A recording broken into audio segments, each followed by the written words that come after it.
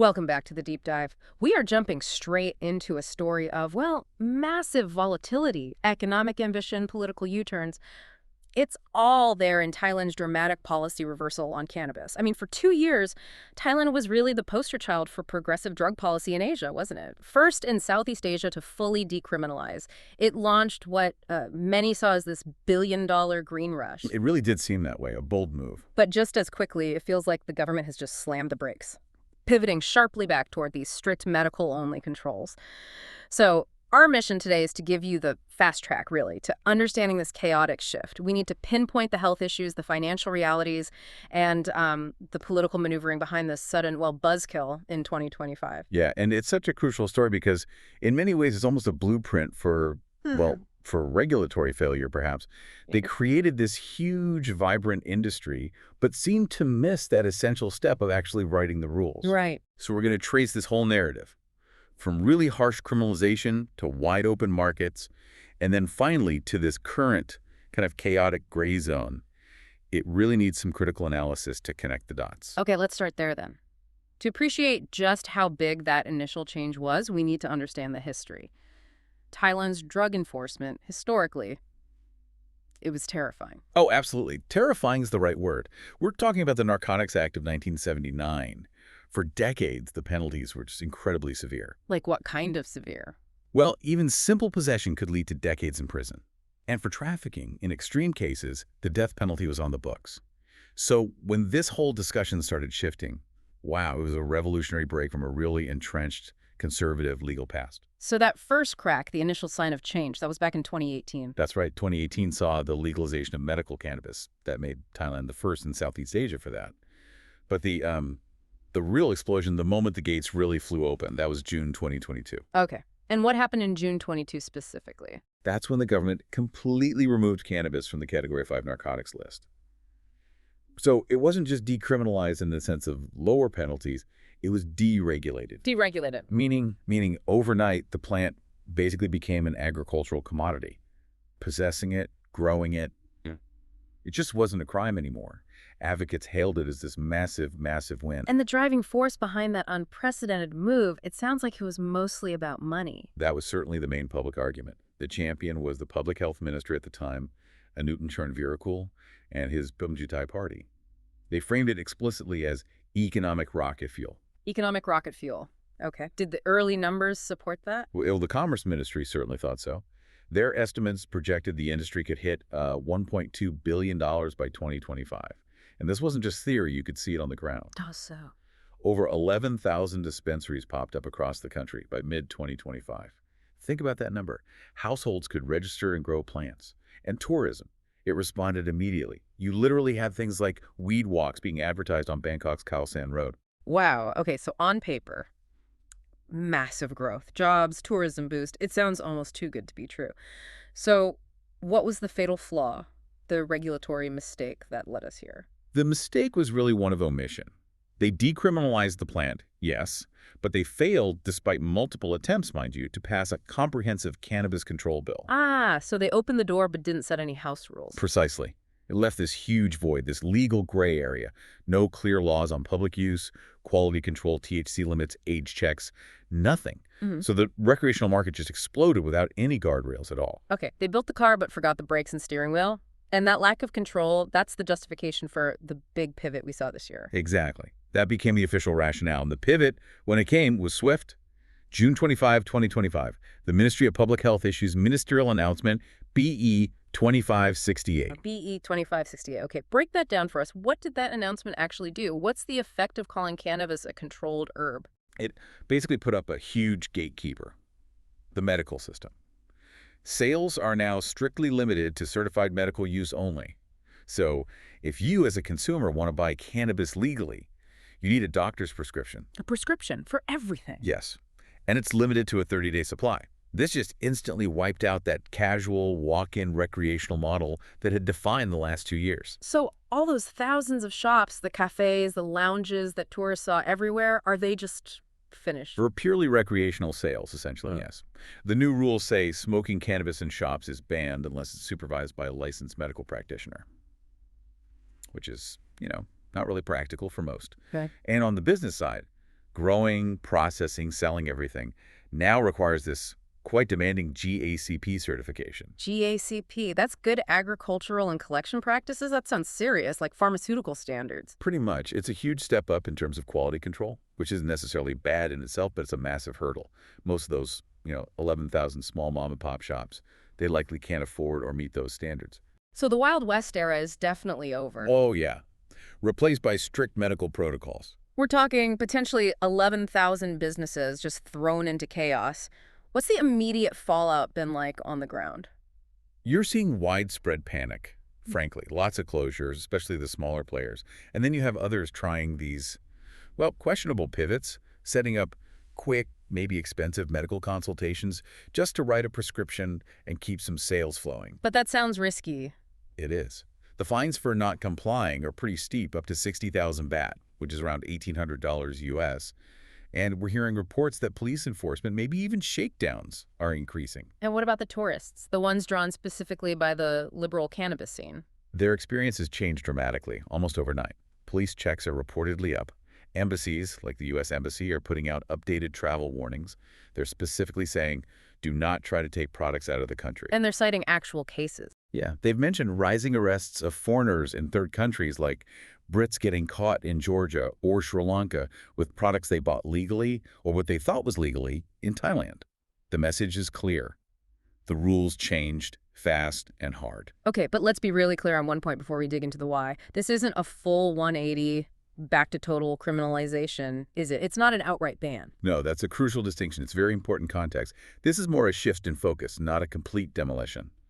Medical access, in theory, has actually expanded. How so? All public health ministry hospitals are now supposed to be able to prescribe cannabis for approved conditions, things like chronic pain, epilepsy, chemo side effects.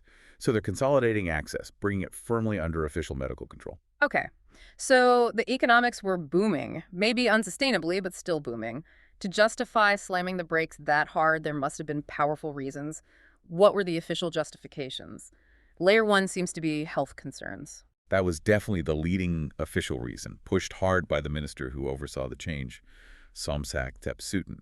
They pointed to data that emerged after 2022. What kind of data? Surveys showing adult use climbing pretty fast, maybe 10 to 15%.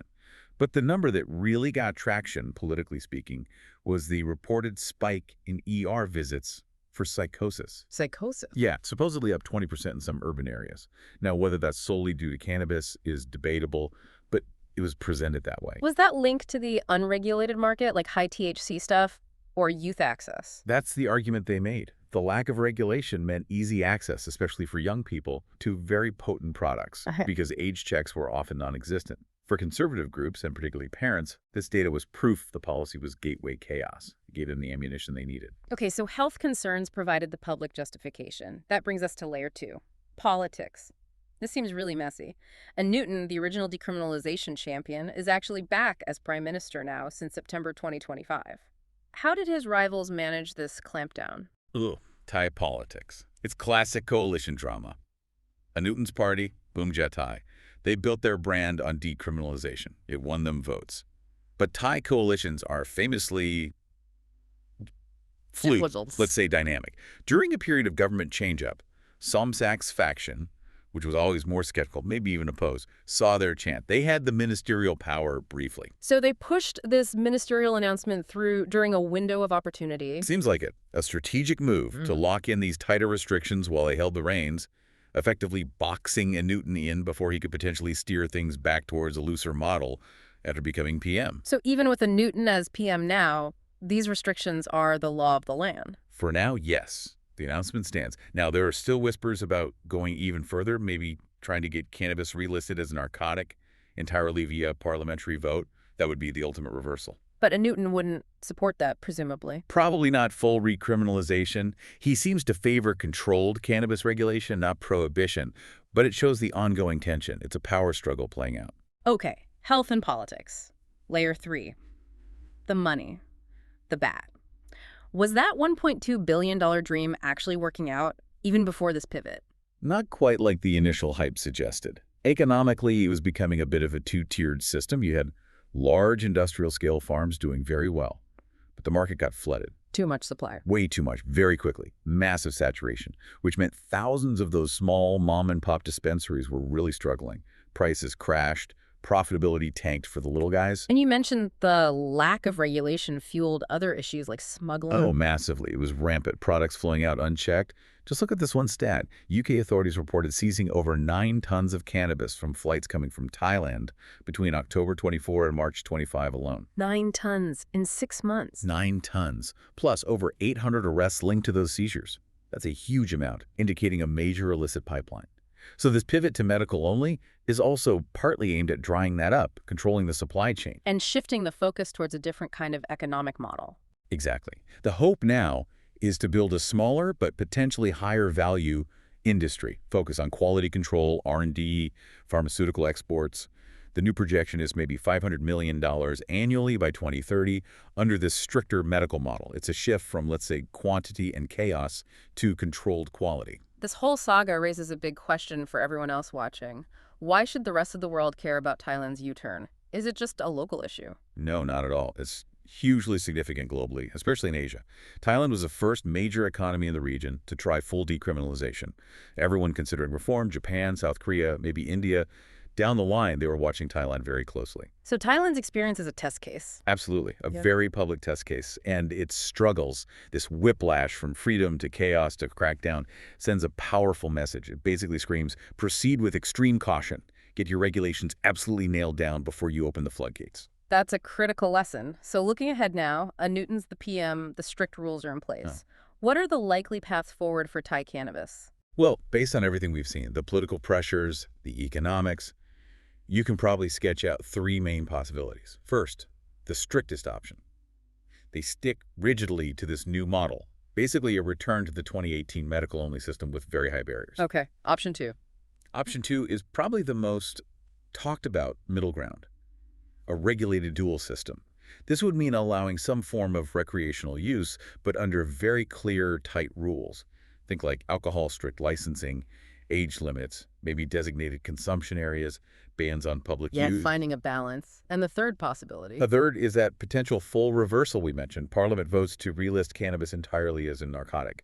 Back to square one, essentially. How likely is that third option, realistically? Politically, it's not impossible if the conservative factions really gain ground. But economically, it seems less likely right now, crushing even a projected $500 million industry and wiping out a known tourist draw. That's a tough pill for any government to swallow. So connecting all the dots, it feels like some kind of evolution towards that middle ground, towards more structured regulation, is maybe the most probable outcome. It does seem that way. The economic potential is just too significant to completely abandon, but the public health backlash against total chaos was too strong to ignore. So moving towards a highly regulated system, maybe like alcohol or tobacco, seems the most logical path. A controlled market. Yes. Protect public health, but keep the economic engine running, albeit maybe smaller and more focused. And we'll likely see some transition measures, maybe grace periods perhaps, 60 days or so, for existing growers to try and meet the new GACP standards as things settle. Okay, that really brings us to the core takeaway here. Thailand's cannabis experiment is, barely 3 years old? And right now, the country is stuck deep in this gray zone. The product is available, it's popular, it's economically important, but the legal framework is just incredibly fragile and uncertain. Absolutely. Yeah. And the entire future really hinges on the government's ability to juggle these competing forces. Genuine public health worries, the undeniable business opportunities, especially in pharma and R&D, and also managing Thailand's international image. Do they want to be seen as a medical hub or a party zone?